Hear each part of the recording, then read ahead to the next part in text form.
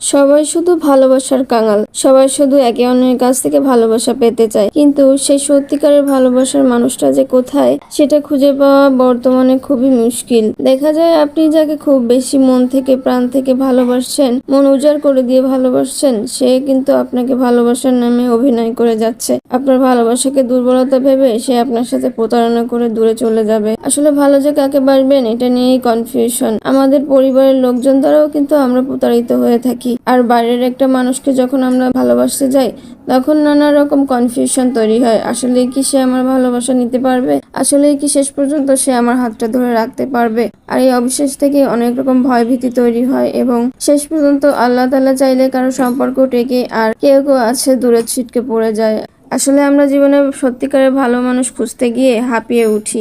একমাত্র আল্লাহ তাআলা চাইলেই দুনিয়াতে সব থেকে ভালো মানুষটা তিনি আমাদের জীবনে দিতে পারেন। আর তিনি যেন সবার জীবনে সত্যিকারের ভালো মানুষটাই দেন, ভালোবাসার মানুষটাকেই দেন, সেজন্যই সবাই আমরা তার কাছে চাই।